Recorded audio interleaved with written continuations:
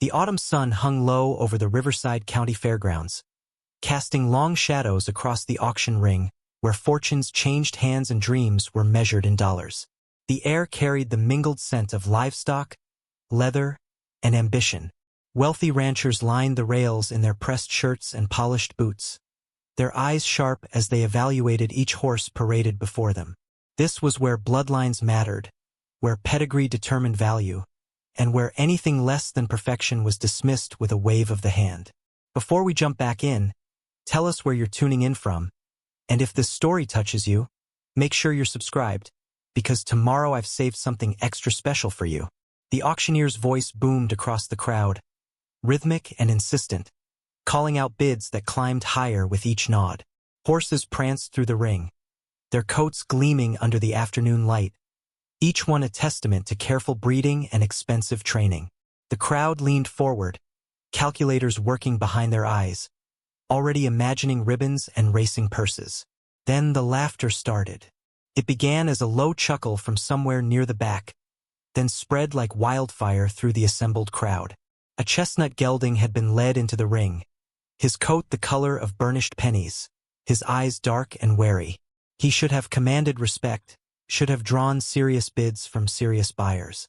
But his legs, shorter than nature seemed to intend, gave him an awkward appearance that the crowd found amusing rather than intriguing. The horse moved with hesitation, each step careful, as though he sensed the judgment hanging thick in the air around him. His handler jerked the lead rope impatiently, forcing him to trot in a circle that only emphasized what the crowd had already decided was a fatal flaw. Victor Ashford stood near the front rail, his silver hair perfect despite the breeze, his custom boots catching the light. He leaned toward his son Garrett and spoke loud enough for those nearby to hear. "That thing looks like someone took a proper horse and forgot to finish building it." The laughter around them grew louder. Garrett smirked and added his own comment about yard ornaments and children's riding schools. The mockery rippled outward, each voice adding to the chorus of dismissal. The auctioneer tried to maintain his professional composure, but even his voice faltered as he began the bidding. "Fine young gelding, strong build, good temperament. Who'll start me at 1200? The silence that followed was heavy with judgment. Someone near the water trough laughed so hard they had to set down their drink. At the far edge of the crowd, pressed against the weather-beaten fence where the paint had long since peeled away, stood a boy who understood rejection in ways the wealthy ranchers never would. Caleb Mitchell kept his hands shoved deep in the pockets of his second-hand jacket, his cap pulled low over eyes that had learned to hide too much too young. He had not come to buy. The $23 folded in his pocket was meant for groceries, money earned from mucking stalls at the Henderson Ranch and bagging feed at Brennan's supply store. But something about the chestnut caught him, held him, refused to let him turn away. Maybe it was the way the horse's ears kept swiveling, searching for a kind voice in the noise. Maybe it was the tremble in those short legs that spoke of fear rather than weakness. Or maybe it was simply that Caleb recognized what it meant to be judged for things beyond your control, to be found wanting before you ever had a chance to prove yourself. The auctioneer's voice had taken on a pleading quality. 800, 7, 6. Come on folks, this is quality stock at bargain prices. But the crowd had already moved on in their minds, already thinking about the next lot, the real horses worth their time and money. Victor Ashford checked his watch with theatrical boredom. Garrett pulled out his phone, making a show of his disinterest. The handler yanked the rope again, and the chestnut stumbled slightly, drawing fresh laughter from men who had probably never stumbled in their comfortable lives. Caleb felt something crack open in his chest, something that had been sealed tight since the night 3 years ago when the sheriff knocked on the door to tell him about the accident. His father had been hauling equipment late at night, trying to make enough money to keep their small ranch afloat. The truck had rolled on a mountain pass in weather that no one should have been driving through. But desperation makes people take risks they know are foolish, and Daniel Mitchell had been desperate. After the funeral, after the bank took the land, after Caleb moved into the spare room at the Hayes farm, he had learned to keep his head down and his expectations low. He had learned that the world was not kind to those who needed kindness most. But watching the chestnut stand trembling in that ring, Caleb forgot every lesson in survival he had taught himself. The auctioneer was losing patience. For 103. Folks, I'm practically giving this animal away. At 200, the crowd erupted in fresh mockery. Someone suggested they throw in a bridle and call it a loss. Another voice recommended contacting a petting zoo. Victor Ashford turned his back completely, dismissing not just the horse but the entire embarrassing spectacle. And Caleb's hand went up. The movement was small, uncertain, his arm not quite fully extended. But the auctioneer's eyes were trained to catch any gesture, any possibility of a sale. Young man in the back, do I have 200? Caleb's throat was dry. He managed a nod. The laughter shifted, taking on a cruel edge. People turned to stare at the scrawny kid in the worn jacket, the one who clearly had no business bidding on anything. 200 going once. The auctioneer's voice carried a note of relief mixed with pity. Going twice. A pause stretched out, filled with whispers and pointing fingers. Sold to the young man in the gray cap. The gavel came down like a period at the end of a sentence Caleb had not meant to write. Around him, the crowd buzzed with amusement and disbelief. Did you see that? Some kid just bought the reject horse. Wonder how long before he realizes what a mistake that was. Caleb stood frozen for a moment, his heart hammering so hard he thought everyone must be able to hear it. $23 in his pocket, and he had just agreed to pay 200 he did not have. The world tilted sideways. But then the handler was waving him forward, and Caleb's feet moved of their own accord, carrying him through the crowd that parted with barely concealed smirks.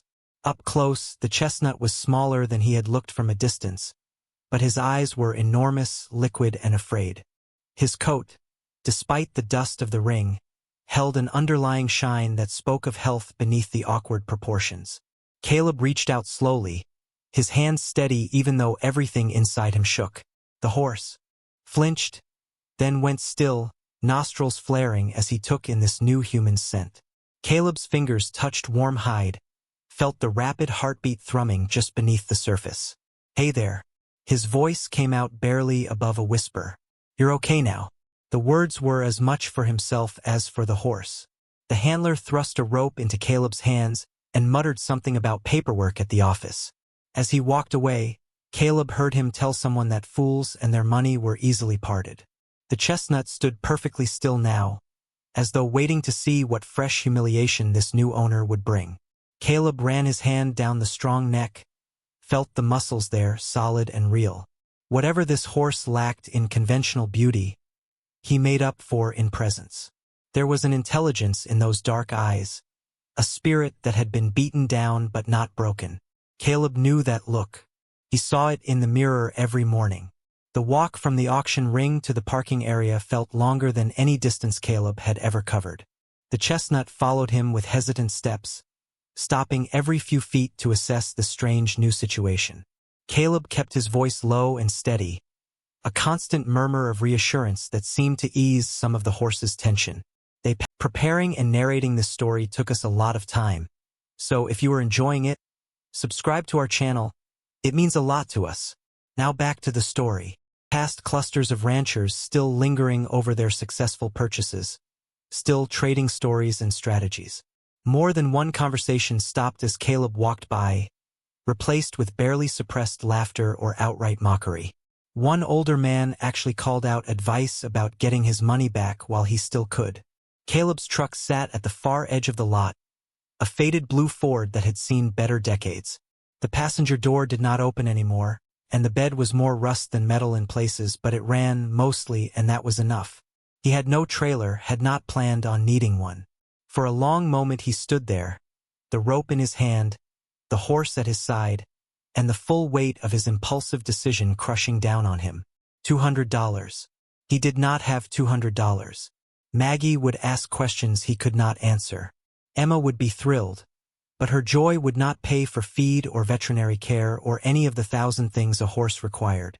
The chestnut nudged his shoulder, a gentle pressure that pulled Caleb back from the edge of panic. The horse's ears were forward now, focused on him with something that might have been curiosity or might have been hope. Caleb took a breath, then another. One problem at a time. First, get home.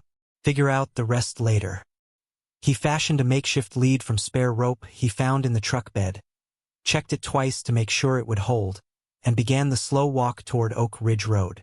The truck would have to wait. He would come back for it tomorrow, assuming he still had a home to come back to. The road out of town cut through open country where autumn had already begun painting the landscape in shades of amber and rust. The late afternoon sun threw their shadows long across the dirt, boy and horse moving in quiet tandem. Caleb's mind raced ahead, trying to construct explanations that would not sound completely insane. He had bought a horse, with money he did not have, because the horse had looked sad. Even in his own head it sounded ridiculous. But every time he glanced back at the chestnut, at the way those intelligent eyes watched everything with cautious interest, he felt the certainty settle deeper into his bones. This had been the right choice, possibly the only right choice he had made in 3 years. The Hayes farm appeared around a bend in the road, modest and worn and familiar. The white paint on the house had weathered to gray in places, and the barn leaned slightly to the east, but the vegetable garden was neat, and smoke rose from the chimney in a welcoming curl. Home for now, though Caleb still felt like a guest in someone else's life.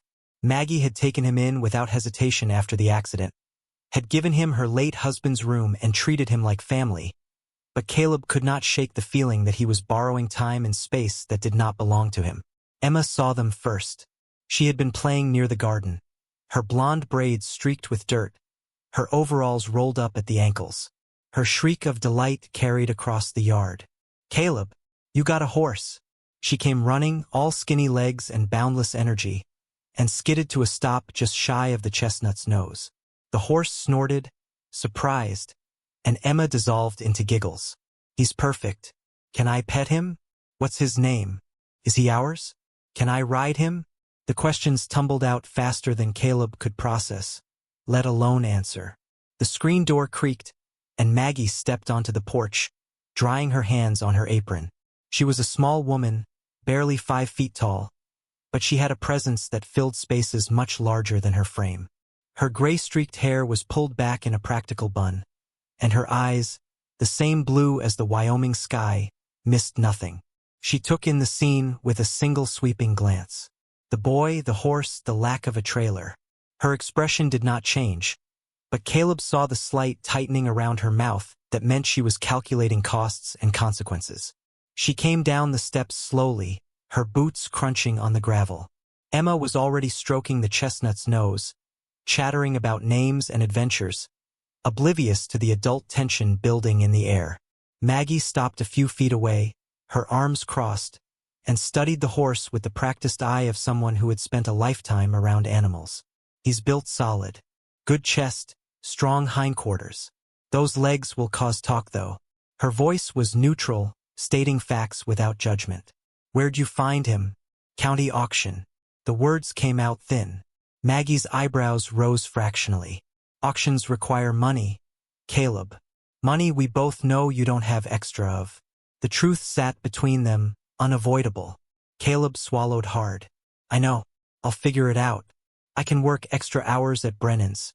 Take on more stalls at Henderson's place. I'll pay back every cent." Maggie was quiet for a long moment, her gaze moving from the horse to the boy and back again. Finally, she sighed, a sound that carried more resignation than anger. "That horse is going to eat more than you can earn bagging feed. You understand that?" Caleb nodded, not trusting his voice. Maggie studied him with the kind of look that seemed to see straight through skin and bone to the scared kid underneath. Then her expression softened, just slightly. "Your father had the same stubborn streak. Once he decided something was right, there was no talking sense into him." She shook her head, but there was almost a smile hiding in the corners of her mouth. "Get him settled in the barn. The back stall is empty. We'll figure out the feed situation tomorrow. And Caleb? Whatever made you do this, you better be prepared to see it through. Horses aren't like other responsibilities. They depend on you completely." The relief that washed through Caleb was so intense it made his knees weak. "Thank you. I won't let you down. Promise." Maggie waved off the gratitude. "Don't thank me yet. We'll see how you feel after a week of mucking stalls before dawn." She turned back toward the house, then paused. Does he have a name? Caleb looked at the chestnut, at the way the setting sun turned his coat to living fire. Copper. His name is Copper. Emma clapped her hands in approval. That's perfect. Come on, Copper. I'll show you your new home. The barn was dim and cool, smelling of old hay and weathered wood. Caleb led Copper to the back stall, the largest one, though that was not saying much. He removed the makeshift halter and stood back, watching as the horse explored his new space. Copper moved carefully, sniffing at the corners, pawing at the straw bedding, testing the boundaries of this unfamiliar territory. When he seemed satisfied, he turned back to Caleb, ears forward, and released a long breath that seemed to carry months of tension. Caleb found a brush in the tack room, its bristles worn soft with age, and began working over Copper's coat. The rhythmic motion was soothing, meditative. Dust rose in small clouds, catching the last rays of sunlight that slanted through the gaps in the barn walls. Copper leaned into the grooming, his eyes half closing, and for the first time since the auction ring, his body fully relaxed. As Caleb worked, his hand brushed against something unusual. The saddle that had been thrown over Copper's back at the auction was still there, forgotten in the chaos of the purchase. It was old, the leather cracked and dark with age, the stitching loose in places. Nothing remarkable, just another piece of worn equipment that had seen better days. But as Caleb lifted it to set it aside, something shifted beneath the seat. The movement was subtle, barely noticeable, but it was there. He paused, frowning, and ran his hand along the underside of the saddle. His fingers found a small tear in the lining, and through it, something that felt like paper. Curious now, Caleb set the saddle on a hay bale and examined it more carefully. The lining had been sewn shut at some point, an amateur job that had since come partially undone. Inside, tucked between the leather and the padding, was a bundle wrapped in oilcloth. Caleb glanced at Copper, who watched him with calm interest, then carefully extracted the package.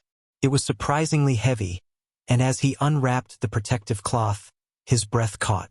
Inside were letters, dozens of them, bound with string that had faded to the color of old bone. The envelopes were yellowed with age, the handwriting on them elegant and careful. But it was what lay beneath the letters that made Caleb's hands shake.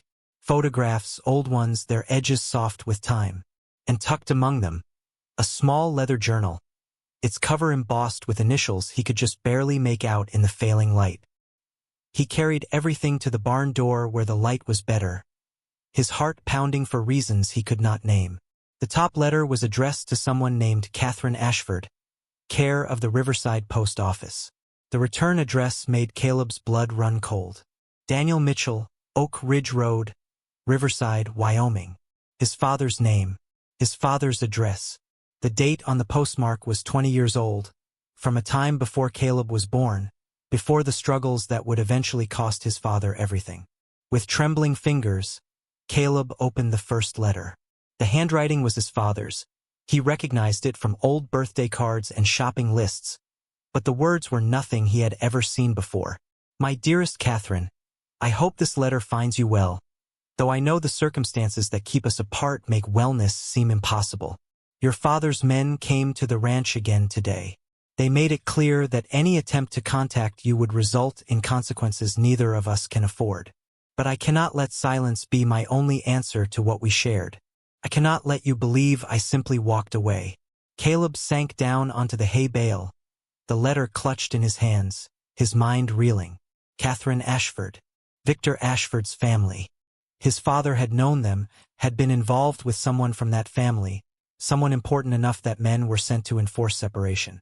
He opened another letter, then another, each one revealing pieces of a story he had never known existed. A love affair between a poor rancher and a wealthy man's daughter. Meetings in secret.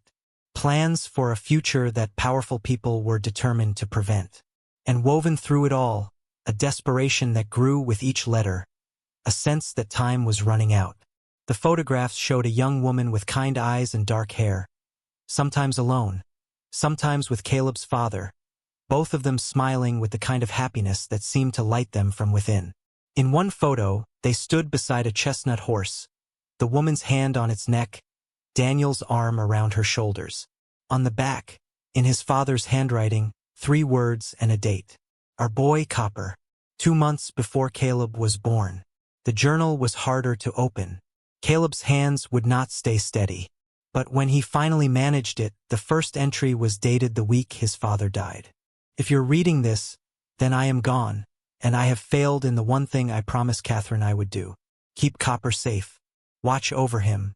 He is all that remains of what we built together. The only proof that our love was real and not just a dream powerful men could erase. Victor Ashford took everything from us. He sent his daughter away when he discovered she was carrying my child. He bought the judges, the lawyers, the truth itself. But he could not take Copper. The horse was Catherine's, bought with money she had saved since childhood, registered in her name alone. When she knew she would not be allowed to keep him, she gave him to me. Protect him, she said. Love him the way we loved each other. And I have tried. God knows I have tried. The next entries detailed the lengths Victor Ashford had gone to destroy Daniel Mitchell. Business deals that fell through mysteriously. Loans called in without warning. Equipment that broke down at critical moments. A systematic dismantling of a life designed to look like bad luck and poor decisions rather than targeted destruction. Caleb read about his father's desperate attempts to hold on, to keep the ranch running, to maintain custody of the son whose existence Victor Ashford refused to acknowledge. The final entry was written the night before the accident. I am out of options. One last haul, enough money to buy a few more weeks. I know it's dangerous, know I shouldn't risk it. But what choice do I have? If something happens, if I don't make it back, I hope someday Caleb finds these letters. I hope he understands that everything I did, every risk I took, was to protect him and to honor the woman I loved. Tell him about his mother. Tell him she wanted him, fought for him, but was powerless against her father's money and rage. Tell him that Copper carries more than just a saddle. He carries our story. Keep him safe. Caleb sat in the gathering darkness, the letters scattered around him, tears streaming down his face. The pieces of his life, the fragments that had never made sense, suddenly formed a picture he could recognize. His father's refusal to speak about his mother. The way he had clung to the ranch long past the point of reason. The late-night drives and desperate jobs that eventually killed him. And Copper, the horse that was not just a horse, but a living connection to a mother Caleb had never known. A love story that had been buried under money and power and shame. Emma's voice called from the house, asking about dinner, and Caleb quickly gathered the letters, the journal, the photographs. He tucked them back into the oilcloth and hid the bundle in the bottom of his footlocker in the barn's tack room. He could not process this yet, could not begin to untangle what it meant. But one thing was certain. Copper was not a mistake.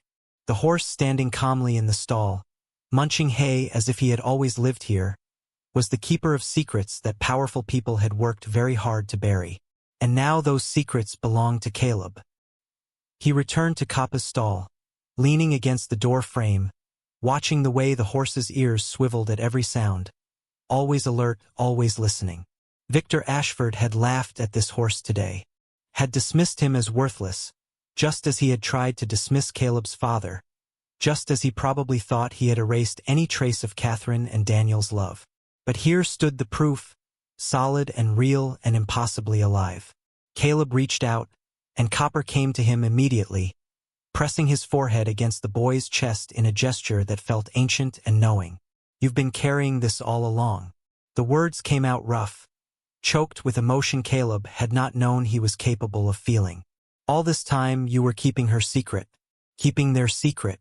Copper exhaled, warm breath against Caleb's shirt, and something passed between them that went beyond language or logic. Understanding, maybe, or recognition. The kind that happens when two souls who have been searching finally find what they did not know they were looking for. Outside, the last light faded from the sky, and the first stars emerged, cold and distant and beautiful. Inside the barn, a boy and a horse stood together in the gathering dark, bound by more than ownership or circumstance. Bound by history, by love, by secrets that refused to stay buried.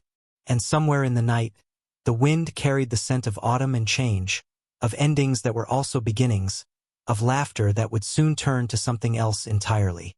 The morning came too early, dragging Caleb from a restless sleep filled with fragmented images of letters and photographs and a father he thought he had known. The roosters had not yet started their daily chorus when he pulled on his boots and stumbled out into the pre-dawn chill. Frost had settled overnight, painting the fence posts silver and turning the grass into a field of tiny crystals that crunched beneath his feet. His breath fogged in the air as he made his way to the barn, his body moving on autopilot while his mind still churned through everything he had discovered the night before. Copper was already awake, standing alert in his stall with his ears pricked forward, as if he had been waiting for this exact moment. The horse nickered softly when Caleb appeared, a sound that carried more greeting than demand. Caleb paused at the stall door, studying the chestnut in the pale light filtering through gaps in the barn walls. This was not just a horse anymore. This was a living bridge to a past that had been deliberately hidden from him, a connection to a mother whose name he had only learned hours ago, Catherine Ashford.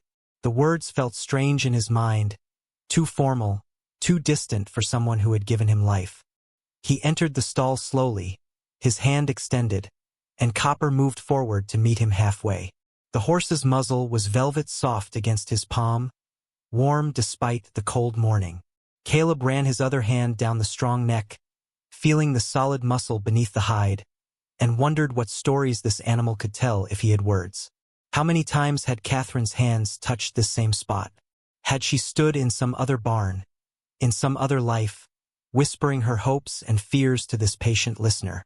The thought created an ache in Caleb's chest that he had no name for. The work of the morning began as it always did, with hay and water and the mucking of stalls. But everything felt different now, weighted with meaning that had not existed yesterday. Each forkful of soiled straw was a meditation on responsibility.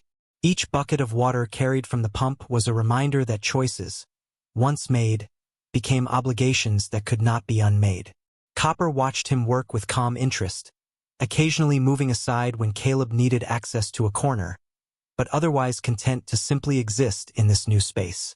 When the barn chores were finished, Caleb headed back to the house where the smell of coffee and frying eggs drifted through the screen door. Maggie was already at the stove, her movements efficient and practiced, while Emma sat at the kitchen table drawing elaborate pictures of horses with crayons that had been worn down to nubs. The kitchen was warm, almost too warm after the chill outside, and Caleb felt the cold begin to leach from his bones as he washed his hands at the sink. Maggie slid a plate in front of him without comment, eggs and toast and a slice of ham that had been rationed carefully from last week's grocery run. Emma looked up from her artwork long enough to announce that she had named all of Coppa's future friends and had already planned out which days of the week she would ride him. Her enthusiasm was infectious and exhausting in equal measure. Caleb tried to smile, tried to match her energy, but his mind kept drifting back to the letters hidden in his footlocker. "You were up early." Maggie's voice cut through his thoughts. Not quite a question, but close enough to demand an answer. Caleb nodded, chewing slowly to buy himself time. Wanted to make sure Copper settled in okay. It was not a lie, but it was not the whole truth either. Maggie studied him with those sharp blue eyes that seemed to catalog every expression, every hesitation. She set her coffee cup down with deliberate care. "That horse means something to you beyond just being a horse?" The question hung in the air between them, too perceptive to deflect easily. Caleb set down his fork, his appetite suddenly gone. "He reminds me of my dad." The words came out quieter than he intended. Something about him just feels familiar, like maybe Dad would have liked him. Maggie's expression softened in a way that made Caleb's throat tighten. "Your father had good instincts about animals. Better than he did about people sometimes." She reached across the table and squeezed his hand briefly, a gesture of comfort that she rarely offered. "If this horse matters to you, then we'll make it work. But Caleb, you need to understand something. Keeping an animal is more than feeding it. It's being there when it's sick, when it's scared, when it needs you at 3 in the morning. It's choosing that responsibility over easier paths." "I know." Caleb met her eyes, trying to convey certainty he did not entirely feel. "I'm ready for that, Maggie held his gaze for a long moment, then nodded and returned to her breakfast. Emma, oblivious to the undercurrents of the conversation, launched into a detailed description of the jumping course she was going to build in the back pasture, complete with rainbow-painted poles and flowers. Her innocence was a balm against the complexity of everything else, and Caleb found himself genuinely listening, letting her words push aside the heavier thoughts for just a little while. After breakfast, Caleb had to report to Brennan's ranch supply for his Saturday shift. The store was already busy when he arrived, farmers and ranchers stocking up on feed and equipment before winter set in properly. Tom Brennan stood behind the counter, a thick man with hands like catcher's mitts and a perpetual expression of mild skepticism. He nodded at Caleb as the boy tied on his work apron and headed for the stockroom where bags of grain waited to be hauled and shelved. The work was physical and mindless, exactly what Caleb needed. He fell into the rhythm of lifting and carrying, his muscles burning pleasantly, his mind finally quiet enough to just exist in the moment. But the peace did not last long. Around mid-morning, the bell above the door chimed, and Caleb heard a voice that made his shoulders tense involuntarily. Victor Ashford had entered the store, his presence commanding immediate attention even from people who were not looking at him. Caleb stayed in the back, continuing his work but listening despite himself. Victor's voice carried easily, discussing feed supplements and mineral blocks with the authority of someone who had never been told no. Tom Brennan's responses were respectful but not obsequious, a careful balance that came from years of dealing with wealthy customers who could take their business elsewhere if offended. Then another voice joined the conversation, younger and sharper. Garrett Ashford had accompanied his father, and his tone carried none of the elder Ashford's smooth polish. "Did you hear about the auction yesterday, Tom?" Garrett's voice was loud enough to ensure everyone in the store could hear. "Some kid bought that mutant horse for $200. Can you imagine? $200 for something you could not give away." His laughter was cruel and careless. Victor's response was quieter but no less cutting. "Poor decision-making is hereditary, I suppose." The boy's father had the same problem. Spent money he did not have on dreams he could not achieve. Caleb froze, a 50-pound bag of grain in his arms, his entire body rigid with sudden fury. They were talking about him, about his father, and they had no idea he could hear every word. Tom Brennan's voice cut through, sharp with warning. "That's enough of that kind of talk in my store. The boy works hard and pays his debts. More than I can say for some." There was a moment of surprised silence, then Victor's smooth recovery. "Of course, Tom. No offense intended. We'll take 3 bags of the senior feed and 2 of the mineral supplement." The transaction completed with professional efficiency, and the Ashfords left, the bell chiming their departure. Caleb stood in the stockroom, his hands shaking, the grain bag still clutched against his chest. Tom appeared in the doorway a moment later, his expression unreadable. "You heard that?" It was not a question. Caleb nodded, not trusting his voice. Tom sighed and leaned against the doorframe. "Victor Ashford is a powerful man in this county. He's used to people stepping aside when he walks through. But power don't make a man right, and money don't make him decent. Your father knew that. Stood up to Ashford more than once, from what I heard." "What do you mean?" The question came out hoarse. Tom scratched his jaw, considering how much to say. "There were rumors back before you were born. Something about Ashford's daughter and your dad. Nobody knew the details, but there was bad blood there. Real bad. Ashford made it his mission to ruin your father after that. Business deals that fell through, loans that got called in, equipment failures at the worst times. Some of us thought it was too much to be coincidence, but nobody could prove anything. Your dad never talked about it, just kept working, kept trying to hold things together." Caleb set down the grain bag carefully, his mind racing. So people knew. Maybe not the specifics, maybe not about Catherine or the letters or what had really happened, but they knew Victor Ashford had targeted his father. They knew, and they had done nothing. The bitterness of that realization was sharp on his tongue. Tom seemed to read his thoughts. "We're not proud of it, if that matters. Should have done more, said more. But Ashford controls a lot in this valley. People got families to feed, mortgages to pay. Standing up to him means risking everything. Your dad understood that. Never asked for help, never expected it. The rest of the shift passed in a blur. Caleb moved through his tasks mechanically, his body present but his mind elsewhere. By the time Tom told him he could head home, the afternoon sun was already beginning its descent toward the western hills. Caleb collected his pay, cash in a small envelope that felt both substantial and completely inadequate, and started the long walk back to the Hayes farm. His truck was still at the fairgrounds, a problem for another day. The walk gave him time to think, to process everything he had learned in the past 24 hours. His father had loved a woman from a powerful family.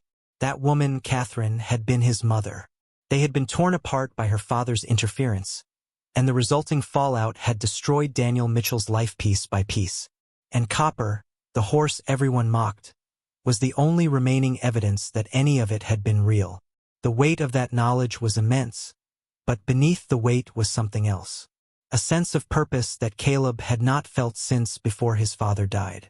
When he reached the farm, Emma was in the paddock with Copper, sitting on the top rail of the fence and reading to him from a book about horses.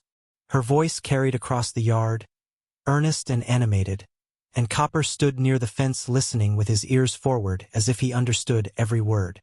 The sight made something in Caleb's chest unclench slightly. Whatever complicated history the horse represented, he was also just a horse, capable of bringing simple joy to a little girl who had nothing but love to offer. Maggie called them in for dinner just as the sun touched the horizon. The meal was simple but filling: meatloaf and mashed potatoes and green beans from the garden. They ate in comfortable silence, the kind that came from people who had learned to exist together without needing constant conversation. But when the dishes were cleared and Emma had been sent to start her homework, Maggie fixed Caleb with a look that meant serious conversation was coming. "I heard Victor Ashford was in town today. Made some comments about you and that horse. Tom Brennan called to give me a heads up." She folded her hands on the table, her expression serious. "Caleb, I need you to understand something. The Ashfords are not people you want to cross. They have money and influence, and they use both without hesitation. If Victor decides your horse is somehow connected to old business with your father, he could make things very difficult." "What kind of old business?" Caleb tried to keep his voice neutral, but Maggie's eyes narrowed slightly. She knew he was fishing for information, the kind that's best left buried. "Your father never talked about it, and I respected that. But I know there was something between him and the Ashford girl, something that ended badly. Victor Ashford has a long memory and a taste for revenge. He spent years making sure your father struggled, and I would not put it past him to extend that grudge to you if given reason." Caleb wanted to tell her everything. Wanted to spread the letters across the table and show her the proof that his father's struggles had not been bad luck but targeted destruction. Wanted to explain that Copper was not just a horse but a living witness to a love story that Victor Ashford had tried to erase. But something held him back. Maybe it was the need to protect the secret a little longer, to understand it fully before exposing it to outside scrutiny. Or maybe it was the fear that once the truth was known, there would be no taking it back, no retreating to the safety of ignorance. "I'll be careful." The promise felt hollow even as he made it, but Maggie seemed to accept it at face value. She reached across the table and patted his hand. "You're a good boy, Caleb. Got your father's heart. Just make sure you don't inherit his stubbornness too. That quality got him killed." The words stung because they were true. Daniel Mitchell's refusal to bend, to give up, to accept defeat had ultimately led him to take one risk too many. And now here was Caleb, already feeling that same stubborn determination settling into his bones. That night, after the house had gone quiet and Emma's soft snoring drifted from her room, Caleb returned to the barn with a flashlight and his father's journal. He settled into the tack room, the small space barely larger than a closet, and continued reading where he had left off. The entries grew more desperate as they progressed, chronicling the systematic dismantling of everything Daniel had built. Equipment breaking down at harvest time. Bank loans suddenly called in despite perfect payment history. Buyers backing out of contracts at the last minute. But woven through the desperation were entries about Catherine. letters she had managed to smuggle out through sympathetic friends, brief phone calls made from payphones when she could slip away from her father's surveillance, and always mentions of Copper. The horse became a symbol of everything they had lost and everything they refused to surrender. Catherine had insisted the horse stay with Daniel, had registered him under Daniel's name so her father could not claim him. It was her way of ensuring that something of their connection survived, even if they could not. One entry, dated 6 months before Caleb's birth, detailed a secret meeting. Catherine had risked everything to see Daniel one last time before her father sent her away. They had met in a barn much like this one, in the dark hours before dawn, and Catherine had told him she was pregnant. Daniel's words captured the mixture of joy and terror that revelation had brought. She wants to keep the baby, wants to fight her father for the right to raise our child together. But we both know Victor Ashford will never allow that. He will take the child, raise it as an Ashford, erase me from the story completely. Unless we can find a way to disappear, to start over somewhere he cannot reach us. But how? We have no money, no resources, nothing but a dream and a horse. The plan had never come together. Catherine's father had discovered her pregnancy and had acted swiftly. She had been sent away, supposedly to stay with relatives in Europe, but more likely locked away in some private facility where her condition could be hidden from society. When she returned, months later, she no longer had the baby. Victor Ashford had arranged a private adoption, had made sure the child went to someone who would never connect it to the Ashford name. Except Daniel had found out, had tracked down his son through a sympathetic nurse who had been horrified by the deception, had claimed Caleb as his own despite having no legal right to do so.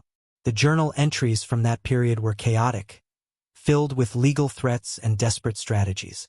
Victor Ashford had tried everything to take Caleb back, to undo what Daniel had done. But somehow, through determination or luck or the help of people who believed a child belonged with his father, Daniel had managed to keep custody. The cost had been enormous. He had been forced to sign documents promising never to contact Catherine, never to reveal the truth of Caleb's parentage, never to seek financial support from the Ashford family. In exchange, Victor had agreed to stop pursuing custody and to leave them alone. But Victor Ashford's definition of leaving them alone apparently included ensuring that Daniel Mitchell never prospered, never succeeded, never found a moment's peace. The journal made that clear. Every setback, every disaster, bore the invisible fingerprints of Ashford money and influence. And Daniel had endured it all, had sacrificed everything, to keep his son and to honor the promise he had made to a woman he could no longer see or speak to. Caleb closed the journal, his vision blurred with tears he refused to let fall. His entire life had been shaped by events he had known nothing about. His father had not been unlucky or incompetent. He had been deliberately destroyed by a man whose pride could not tolerate the thought of his daughter loving someone beneath her station. And Catherine, whoever she was now, wherever she had ended up, had lost everything too. Her child, her love, her freedom to choose her own path. And Copper, the horse sleeping peacefully in the stall beyond the tackroom door. He was the only witness who remained, the only creature who had been there through all of it. Caleb stood and moved to the stall, leaning against the door and watching the steady rise and fall of the chestnut's breathing. "Did you see her after they took me away? Did she come to say goodbye to you too?" The horse's ear swiveled toward his voice, but he did not wake, content in whatever dreams horses had. Caleb returned to the tackroom and carefully rewrapped the letters and journal in their oilcloth covering. He tucked the bundle back into his footlocker, covering it with spare blankets and tools. The secret would keep a little longer. He needed time to decide what to do with this knowledge, how to use it or whether to use it at all. Victor Ashford was powerful and vindictive. Taking him on directly would be suicide. But doing nothing, pretending he did not know the truth, felt like a betrayal of everything his father had endured. The walk back to the house took him past the paddock where Copper had been turned out for the night. The horse stood near the fence, a darker shadow against the darkness. And as Caleb approached, Copper moved closer until his head hung over the rail. Caleb reached up and stroked the soft nose, feeling the warm breath against his hand. "We're in this together now," Whatever comes next, we face it together. The horse leaned into the touch, and in that simple gesture, Caleb felt the weight of responsibility settle more firmly onto his shoulders. Inside the house, he climbed the stairs to his room as quietly as possible, not wanting to wake Maggie or Emma. His room was small, barely large enough for the narrow bed and battered dresser, but it was his. Or at least it was his for as long as Maggie allowed him to stay. He changed into sleep clothes and lay down, knowing that rest would not come easily but needing to at least pretend at normalcy. Sleep, when it finally arrived, brought dreams of barns and letters and a woman with dark hair who looked at him with eyes full of love and regret. In the dreams, she stood beside Copper, her hand on the horse's neck, and she spoke words that Caleb could not quite hear. He strained to understand, moving closer in the dream logic way where distance never quite closes, and just as he thought he might finally hear her voice, he woke to Emma pounding on his door and announcing that breakfast was ready and Copper was waiting for him. The morning routine began again, identical to the day before but fundamentally different because now Caleb understood what he was caring for. Each brushstroke carried intention. Each bucket of water was an act of preservation. Copper was not just a horse. He was a trust passed down from father to son, a living repository of love and loss and everything that had been taken from people who had dared to choose each other over social expectation. By the time Caleb finished the morning chores and made his way to the kitchen, Maggie had already left for her shift at the county hospital where she worked part-time as a records clerk. A note on the table informed him that she would be back by evening and that there was sandwich fixings in the refrigerator for lunch. Emma was in the living room, sprawled on the floor with her schoolbooks spread around her, supposedly doing homework but actually drawing more pictures of horses in the margins. Caleb made himself a cup of coffee, standing at the kitchen window and looking out at the barn where Copper was visible in the paddock beyond. The morning sun turned the horse's coat to burnished copper, and for just a moment, Caleb could imagine his father standing in this same spot, drinking his own coffee, watching his own dreams dissolve in the face of one man's vindictive cruelty. The anger that rose in him was hot and righteous, but beneath it was something colder and more patient. Revenge was a dish best served cold, or so the saying went. But Caleb was not interested in revenge. He was interested in truth, in making sure that Catherine and Daniel's story was not forgotten, in ensuring that their sacrifice meant something. The rest of Sunday passed quietly. Caleb spent time with Copper, beginning the slow process of building trust and understanding. The horse was skittish about sudden movements but responded well to patience and gentle handling. By afternoon, Caleb had managed to lead him around the paddock on a loose rope, Copper following willingly with his ears forward and his steps relaxed. Emma watched from the fence, offering encouragement and advice that Caleb did not need but appreciated anyway. As evening approached and Maggie returned home, the three of them fell into the comfortable routine of dinner preparation and cleanup. It was ordinary and domestic and completely at odds with the turmoil churning beneath Caleb's calm exterior. He was living two lives now: the surface life of chores and school and work, and the hidden life of secrets and letters and a truth that could change everything if revealed. The question was not whether to reveal it, but when and how and to what end. That night, lying in bed with the house quiet around him, Caleb made a decision. He would not confront Victor Ashford directly. That would accomplish nothing except to put himself and possibly Maggie and Emma in danger. But he would not hide either. He would keep Copper, would care for the horse openly and well, and would wait. Because men like Victor Ashford always believed they had won completely, that their victories were permanent and their secrets safe. And that arrogance, that certainty, was the crack through which truth could eventually emerge. Caleb just had to be patient enough to wait for the right moment. He fell asleep thinking about his mother, about Catherine Ashford who had been forced to give up her child and her love to satisfy her father's pride. Somewhere out there, she might still be alive, might still wonder what had happened to the son she had been forced to surrender. The thought was both comforting and heartbreaking. Someday maybe he would find her. Someday he would tell her that her sacrifice had not been forgotten, that the horse she had loved still lived, and that the son she had lost had found his way home to the truth. Monday morning arrived with a cold rain that turned the dirt roads to mud and made the walk to the school bus stop miserable. Caleb stood under the eaves of the barn, watching the water sheet off the roof in silver curtains, knowing he would be soaked before he reached the end of the driveway. Emma splashed through puddles beside him, her yellow rain boots several sizes too large, and her jacket hood pulled tight around her face. She chattered about Copper and the weekend and how she had decided that when she grew up she would have 100 horses, all of them rescues that nobody else wanted. The bus arrived late, its brakes hissing as it stopped at the end of Oak Ridge Road. Caleb and Emma climbed aboard, tracking mud and water into the aisle. The other students barely glanced at them, too absorbed in their own conversations and the glow of their phones to care about two more wet kids. Caleb found a seat near the back and pressed his forehead against the cold window, watching the landscape blur past in shades of gray and brown.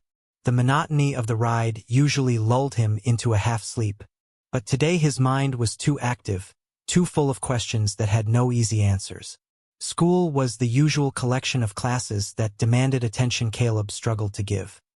His teachers had long since accepted that he was a solid but unremarkable student, the kind who turned in assignments on time but never raised his hand or contributed to discussions unless directly called upon.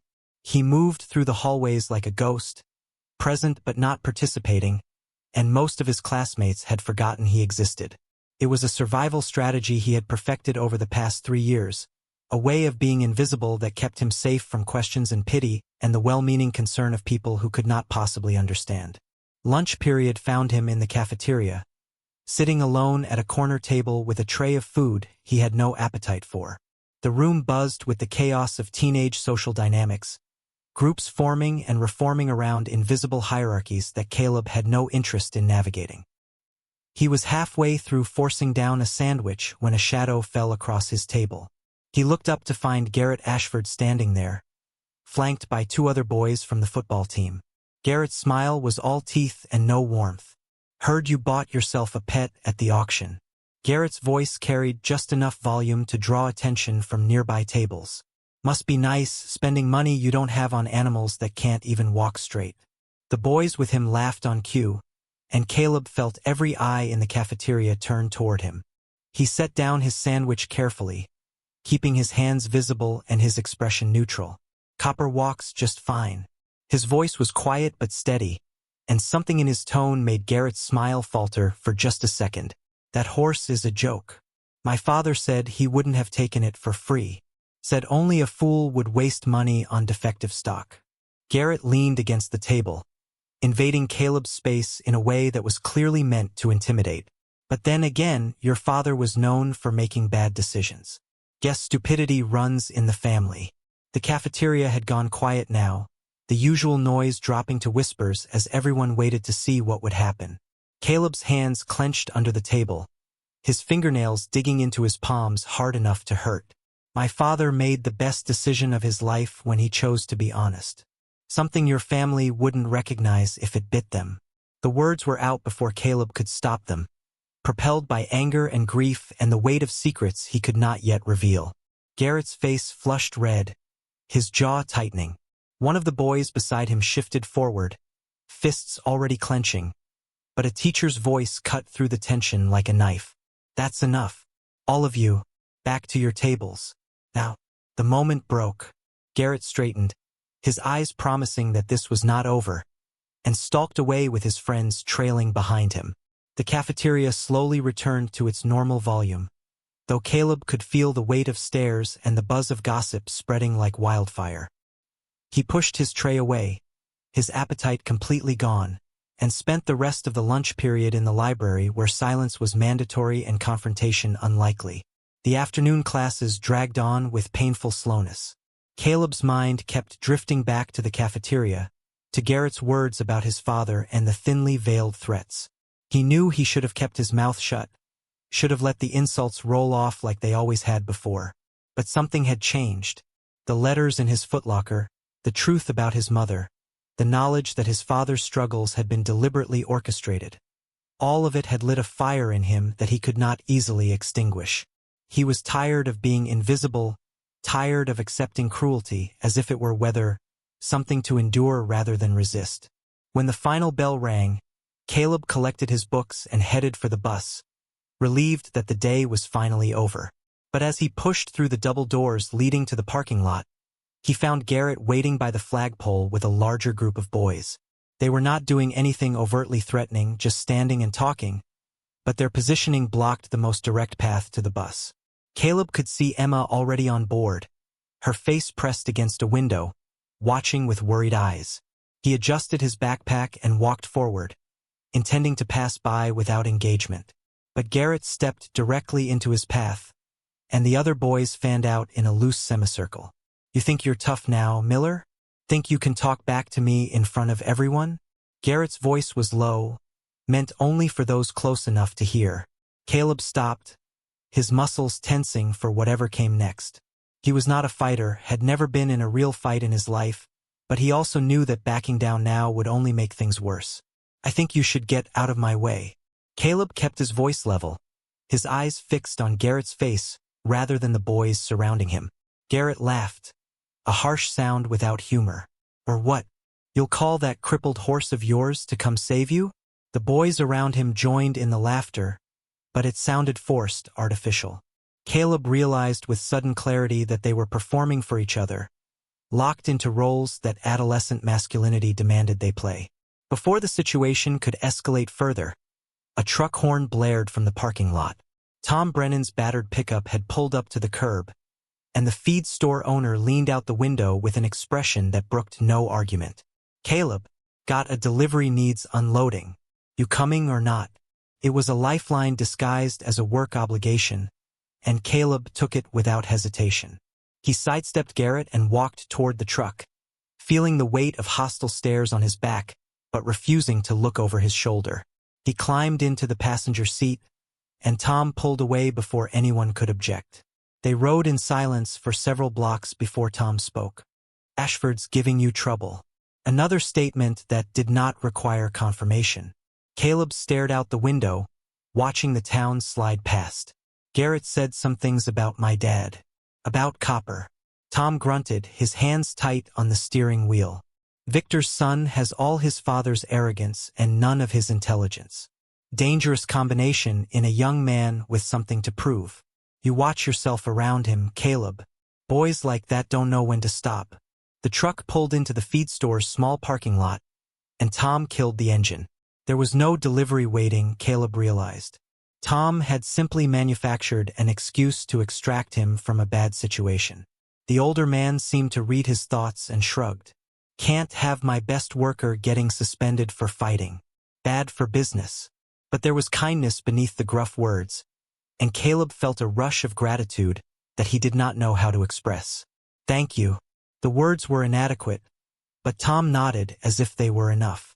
"Might as well make yourself useful while you're here. Stockroom needs organizing, and those grain bags won't stack themselves."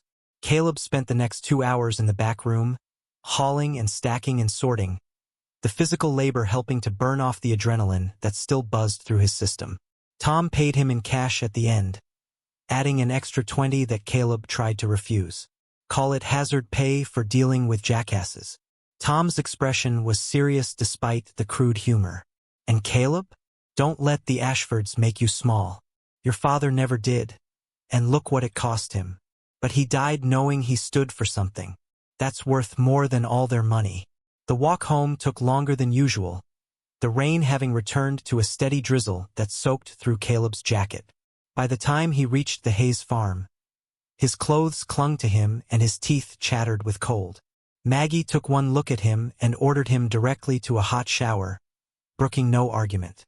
When he emerged 20 minutes later, warm and dressed in dry clothes, she had hot chocolate waiting and a plate of cookies that Emma had helped bake over the weekend. Emma was in the living room, her homework spread across the coffee table, but she looked up when Caleb entered. "Were those boys going to hurt you?"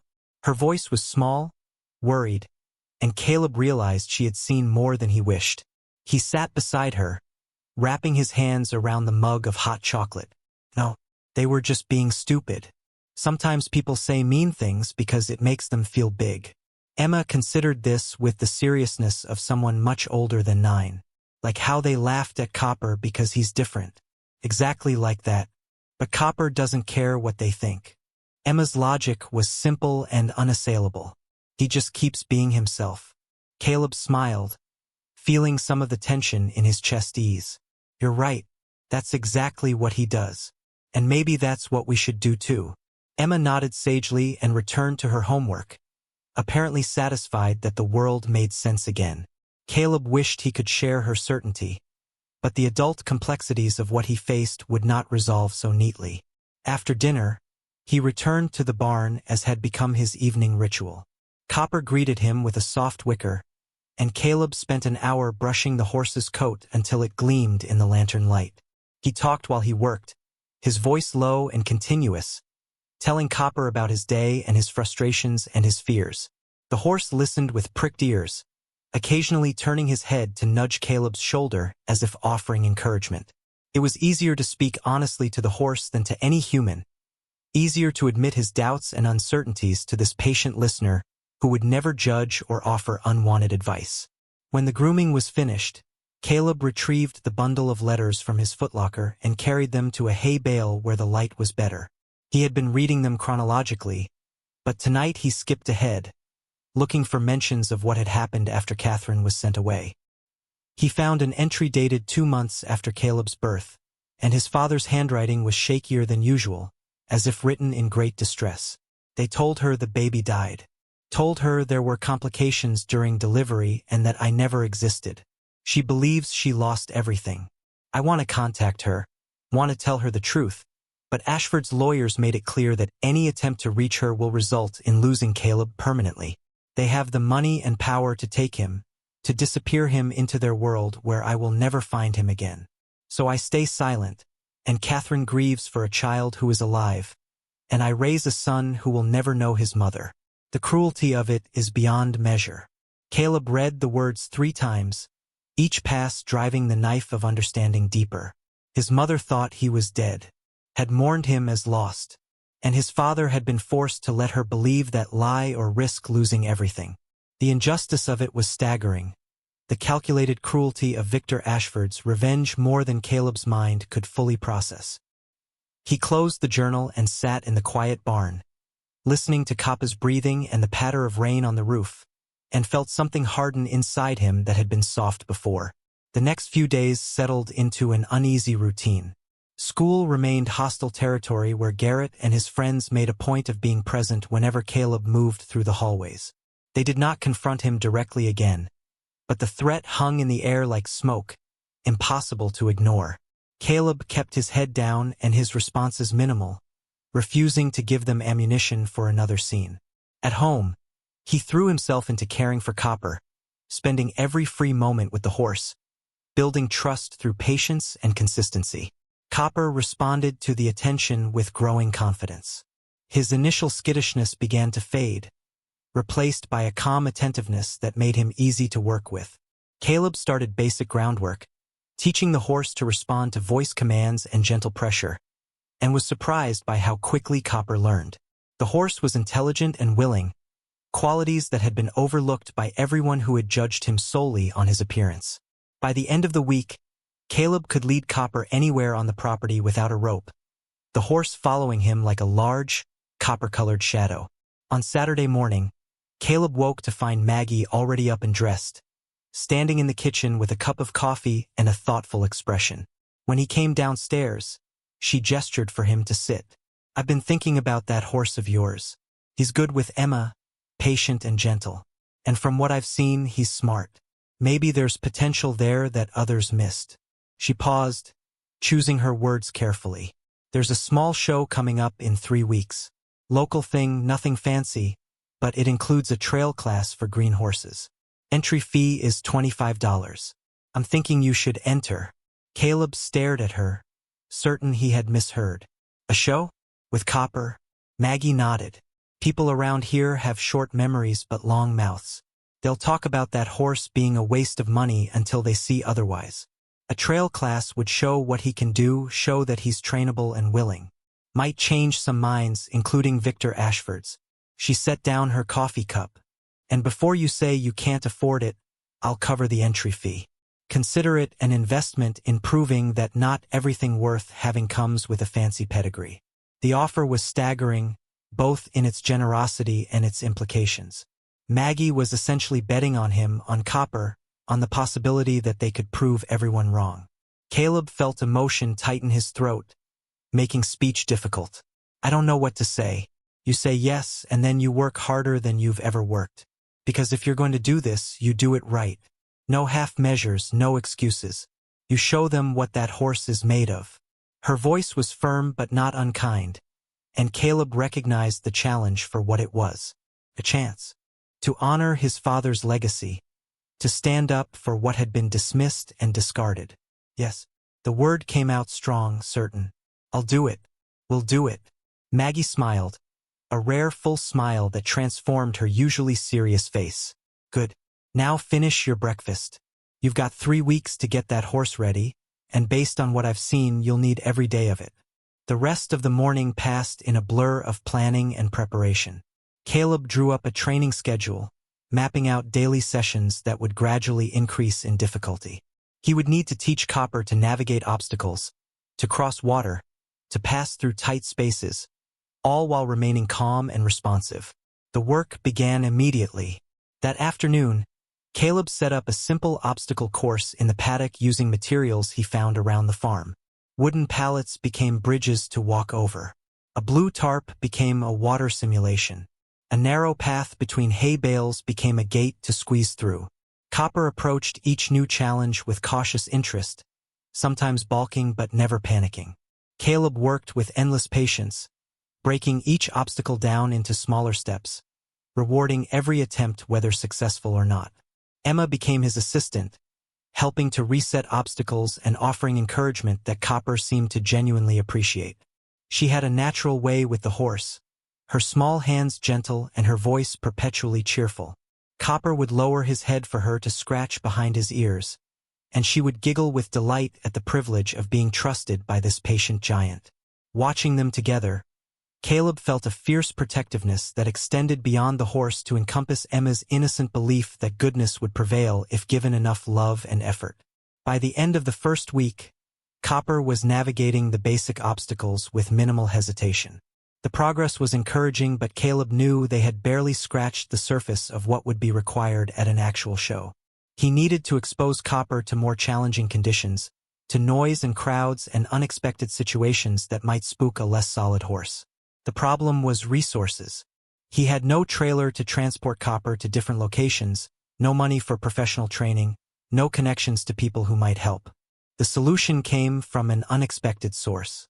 On Sunday afternoon, a truck pulled into the Hayes driveway, and Dr. James Whitley climbed out with the stiffness of a man whose joints had seen too many years. The veterinarian had been practicing in Riverside longer than most residents had been alive, and his opinion carried weight in the rural community. Maggie greeted him on the porch, and Caleb heard snatches of their conversation through the open kitchen window. Heard you've got a young horse needs some exposure. Thought I might offer my arena for practice if you're interested. Caleb appeared on the porch so quickly he nearly tripped over his own feet. Dr. Whitley turned to him with a slight smile. Your foster mother tells me you're preparing for the local show. Admirable considering what you're working with. That horse has good bone structure despite the leg length. Might surprise people if given the chance. I've got an arena behind my clinic, plenty of obstacles already set up for the therapy horses I work with. You're welcome to use it, no charge, as long as you clean up after yourself. The offer was so generous that Caleb could barely stammer out his thanks. Dr. Whitley waved off the gratitude. Your father once helped me pull a mare through a difficult delivery. Refused payment because he said neighbors don't charge neighbors. I've owed the Mitchell family a favor for years. This seems like a good way to settle that debt. He handed Caleb a card with the clinic's address. Come by Tuesday evening around 6. I'll have everything ready. And bring that horse. Let's see what he's really made of. Tuesday evening arrived with Caleb's stomach tied in knots of nervous anticipation. He had walked Copper the 3 miles to Dr. Whitley's clinic, the journey taking over an hour but necessary given the lack of transportation. The horse handled the road with calm acceptance, his short legs covering ground with surprising efficiency. They arrived just as the sun began its descent, the sky turning shades of orange and pink that painted everything in warm light. Dr. Whitley's clinic sat on the outskirts of town, a sprawling property with modern facilities and well-maintained grounds. Behind the main building, visible through a stand of cottonwood trees, was an arena that took Caleb's breath away. It was twice the size of anything he had imagined, with proper footing and professional-grade obstacles arranged in patterns that mimicked actual trail courses. Dr. Whitley emerged from the clinic as they approached, wiping his hands on a towel. "Welcome to the training ground. Let's see what your boy can do." The next hour was both humbling and enlightening. Copper approached the unfamiliar obstacles with more caution than he had shown at home, and several times he refused to proceed until Caleb worked him through his fear. But with each successful navigation, the horse's confidence grew. By the end of the session, Copper was walking over bridges, through curtains of hanging pool noodles, and around tight turns with focused attention. Dr. Whitley watched from the rail, occasionally calling out suggestions, his experienced eye-catching details that Caleb had missed. When they finally stopped, both horse and boy were sweating despite the cool evening air. Dr. Whitley approached and ran his hands down Coppa's legs with professional thoroughness. "He's sound, which is more than I expected given those proportions. And he's got a good mind. Doesn't panic, thinks things through. Those are qualities you can't train into a horse. They're either there or they're not." He straightened and fixed Caleb with a penetrating look. "Someone spent time with this horse before you got him. He's had handling, good handling, even if it was years ago. You know anything about his history?" The question hung in the air, loaded with implications. Caleb chose his words carefully. "I know he belonged to someone who cared about him, someone who wanted him to be safe." Dr. Whitley studied him for a long moment, then nodded slowly.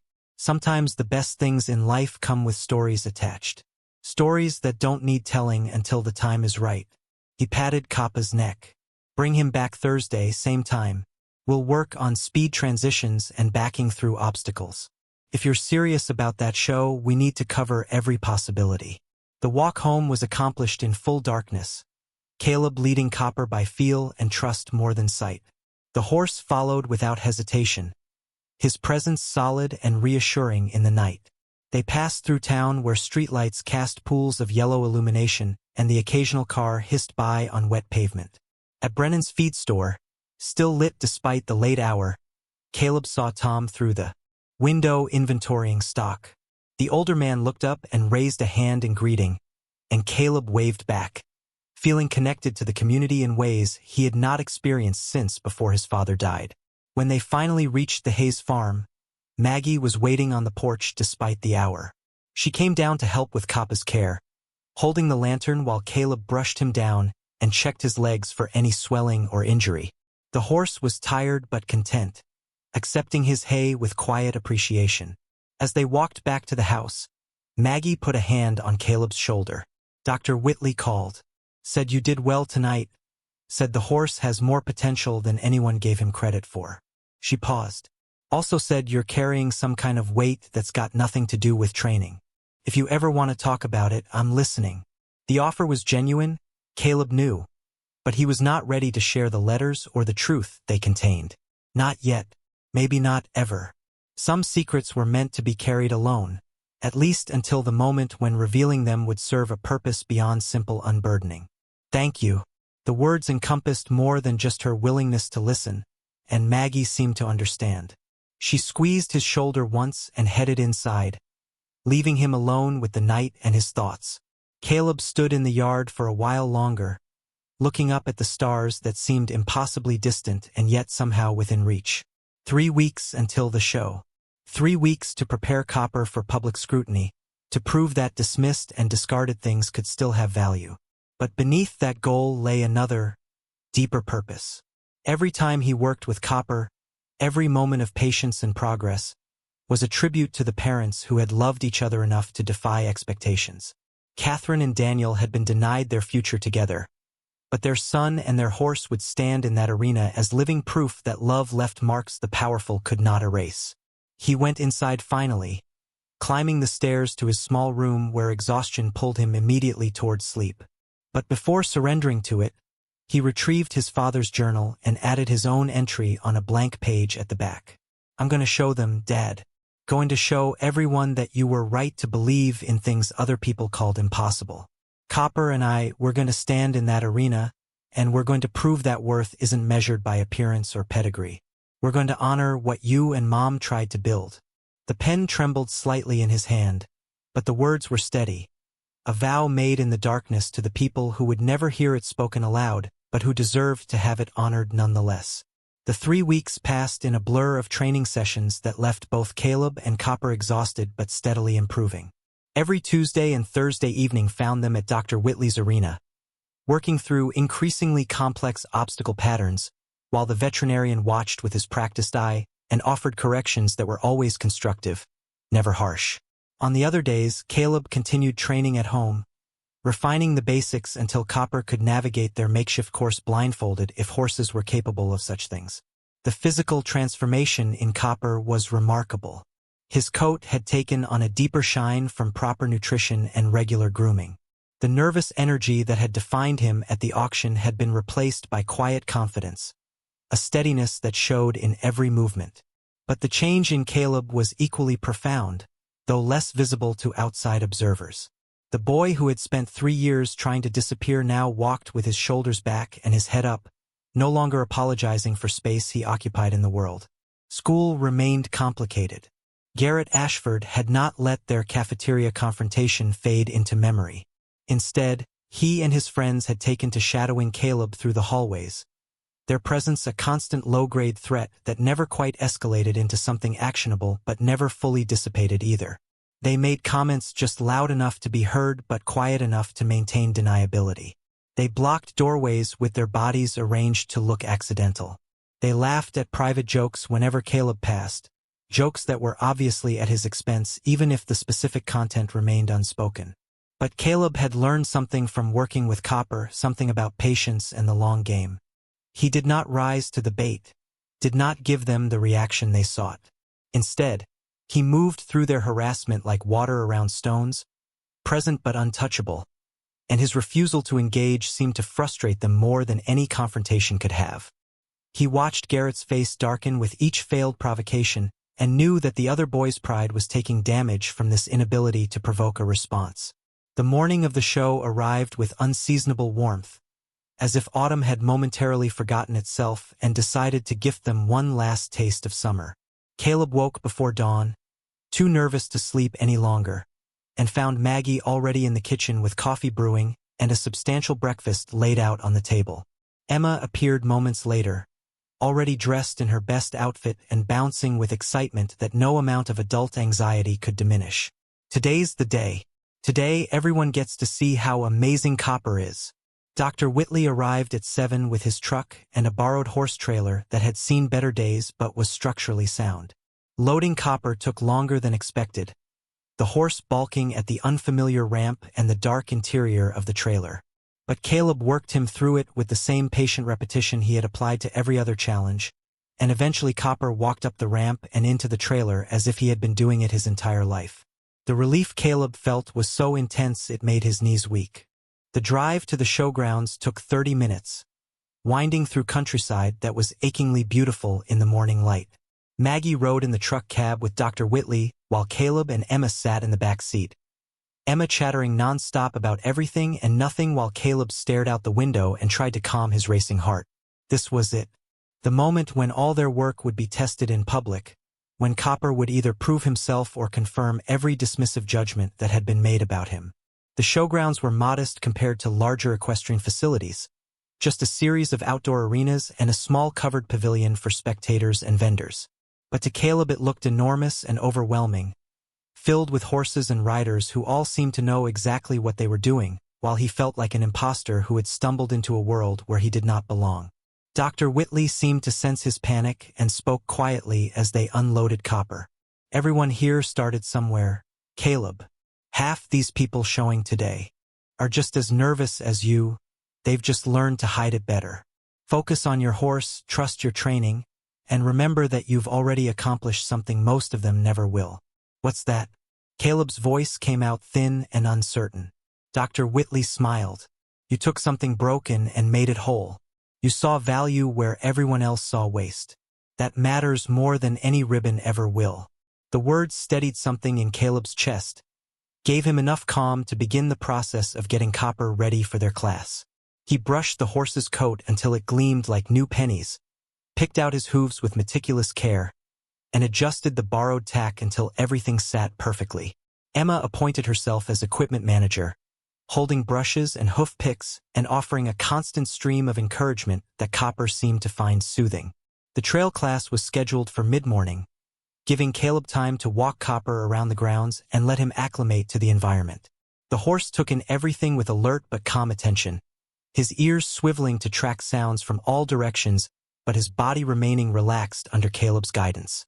They passed clusters of other competitors, some of whom glanced at Copper with obvious curiosity, others who did not spare them a second look. Nobody laughed, which Caleb took as a small victory in itself. As they circled back toward the warm-up arena, Caleb spotted a familiar truck pulling into the parking area. His stomach dropped. Victor Ashford's pristine white pickup gleamed in the sunlight, and as Caleb watched, both Victor and Garrett climbed out, dressed in expensive show clothes that made everyone else look shabby by comparison. They had not come to compete, Caleb realized with growing dread. They had come to watch, to witness what they assumed would be his public humiliation. Maggie appeared at his elbow, having noticed the Ashfords as well. Her face was carefully neutral, but her voice carried an edge. Don't let them get in your head. You're not here for them. You're here for yourself and for that horse. Caleb nodded, not trusting his voice, and forced himself to continue warming up as if he had not just seen his worst nightmare materialize. But his hands were shaking now, and Copper sensed his tension, his own movements becoming less fluid as he picked up on his rider's anxiety. The call came for the trail class participants to check in. Caleb led Copper to the in-gate where a harried woman with a clipboard marked off his number and handed him a vest with a large number 12 pinned to the back. There were 15 entries total, and Caleb watched as the first few riders navigated the course with varying degrees of success. Some horses balked at the water crossing. Others refused the mailbox obstacle where they were supposed to retrieve a letter and hand it to a waiting judge. One horse spooked so badly at the bridge that his rider had to retire from the course entirely. When number 11 finished, Caleb heard his number called. His heart hammered so hard he thought it might actually burst through his ribs. He mounted Copper from the ground, the horse standing perfectly still despite the chaos of the showgrounds, and walked through the gate into the arena. The pattern was laid out before him, a series of obstacles that he and Copper had practiced countless times. But everything looked different here, bigger and more intimidating, and for a moment Caleb's mind went completely blank. Then Coppa's ears flicked back toward him, and the horse shifted his weight slightly as if to say he was ready whenever Caleb was. The small gesture broke through the panic, and Caleb remembered Dr. Whitley's words, "Trust your training." He took a breath, squeezed his legs gently, and Copper stepped forward into the course with the calm confidence of a horse who knew his job and intended to do it well. The first obstacle was a series of ground poles arranged in a pattern that required precise foot placement. Copper picked his way through them with careful attention, his short legs actually an advantage here as he could see exactly where his feet needed to go. The second obstacle was a gate that had to be opened, passed through, and closed without dismounting. Copper stood perfectly still while Caleb manipulated the latch, his training showing in every quiet moment of patience. From the spectator area, Caleb could hear Emma's voice rising above the general murmur. "That's Copper. That's my horse." Her pride carried across the arena, and despite his nerves, Caleb felt a smile tug at his mouth. They moved to the bridge, a solid wooden structure that many horses had refused. Copper hesitated for just a moment, his nostrils flaring as he assessed this new version of an obstacle he had seen before. Caleb kept his hands soft and his voice low, not pushing, just asking. And Copper, bless him, stepped onto the bridge with both front feet, then carefully brought his back feet up, walking across the hollow-sounding wood with measured steps that never faltered. The crowd noise changed, grew louder, more engaged. Caleb heard someone say, "Did you see that?" And another voice respond, "That horse has better sense than most people." The encouragement fueled him forward. The water crossing was next, a shallow trough filled with water that reflected the sky. Some horses thought it was a bottomless pit and refused to put even 1 foot in. Copper walked through it like it was nothing, water splashing up around his legs as he maintained his steady pace. The mailbox was the obstacle Caleb had worried most about. It required the horse to stand perfectly still beside a post while the rider leaned way out of the saddle to retrieve an envelope from a mounted box. One wrong move and Copper could sidestep, leaving Caleb dangling dangerously or worse, on the ground. But when they reached the mailbox, Copper planted his feet and became a statue. Caleb leaned out, stretching until his fingers closed around the envelope, and Copper did not move even a fraction of an inch. The relief was so intense that Caleb nearly dropped the envelope. They finished the course with a backing obstacle, for poles laid out that Copper had to back between without touching any of them. This was where his short legs and compact build became a genuine advantage. He could see every pole, could place his feet with precision that longer-legged horses struggled to achieve. He backed straight and true between the poles, never once making contact, and when they exited the pattern and Caleb was directed to leave the arena, the applause that followed them out was genuine and sustained.